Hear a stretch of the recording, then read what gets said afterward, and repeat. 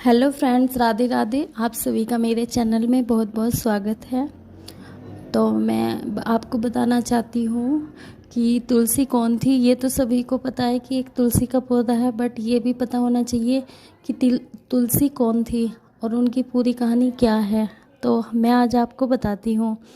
तुलसी जिसे हम एक पौधा मानते हैं, वो एक पूर्व जन्म में लड़की थी जिसका नाम वृंदा था। राक्षस कुल में उसका जन्म हुआ था। बचपन से ही विष्णु भगवान की पूजा सेवा किया करती थी। जब वह लड़की बड़ी हुई तो उनका विवाह राक्षस कुल में दानव राज जलंधर से हो गया। जलंधर समुद्र में उत्पन्न हुआ था। वृंदा बड़ी ही पवित्र स्त्री थी, सदा अपने पति की सेवा किया करती थी। एक बार देवता और दानव में युद्ध हुआ।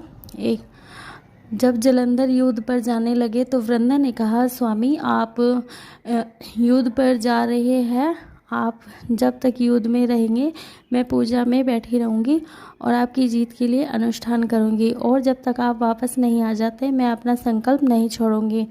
जलंधर तो युद्ध में चले गए और वृंदा व्रत का संकल्प लेकर पूजा में बैठ गई, और उनके व्रत के प्रभाव से देवता भी जलंधर न जीत सके। सारे देवता जब हारने लगे विष्णु जी के पास गए। सबने भगवान से प्रार्थना की तो भगवान कहने लगे कि वृंदा मेरी परम भक्त है, मैं उसके साथ छल नहीं कर सकता।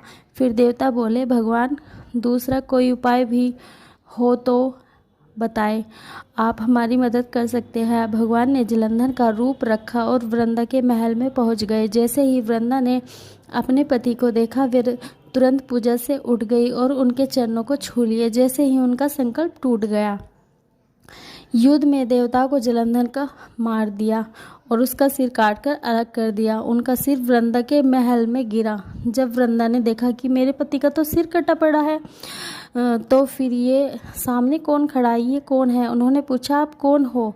जिसका प्रश्न मैंने किया था भगवान, मैं अपने रूप में आ गए और वे कुछ ना बोल सके। वृंदा सारी बात समझ गई। उन्होंने भगवान को श्राप दे दिया, आप पत्थर के हो जाओ, और भगवान तुरंत पत्थर के हो गए। सभी देवता हाहाकार करने लगे। लक्ष्मी जी रोने लग गई और प्रार्थना करने लगी। यह वृंदा जी ने भगवान को वैसा ही कर दिया और अपने पति का सिर लेकर वो सती हो गई। उनकी राख से एक पौधा निकला। जब विष्णु जी ने कहा, आज मैं इनका नाम तुलसी है और मेरा एक रूप पत्थर के रूप में रहेगा, जिसे शालिग्राम नाम से तुलसी के साथ पूजा जाएगा, और बिना तुलसी के भोग के मैं भोग नहीं स्वीकार करूँगा।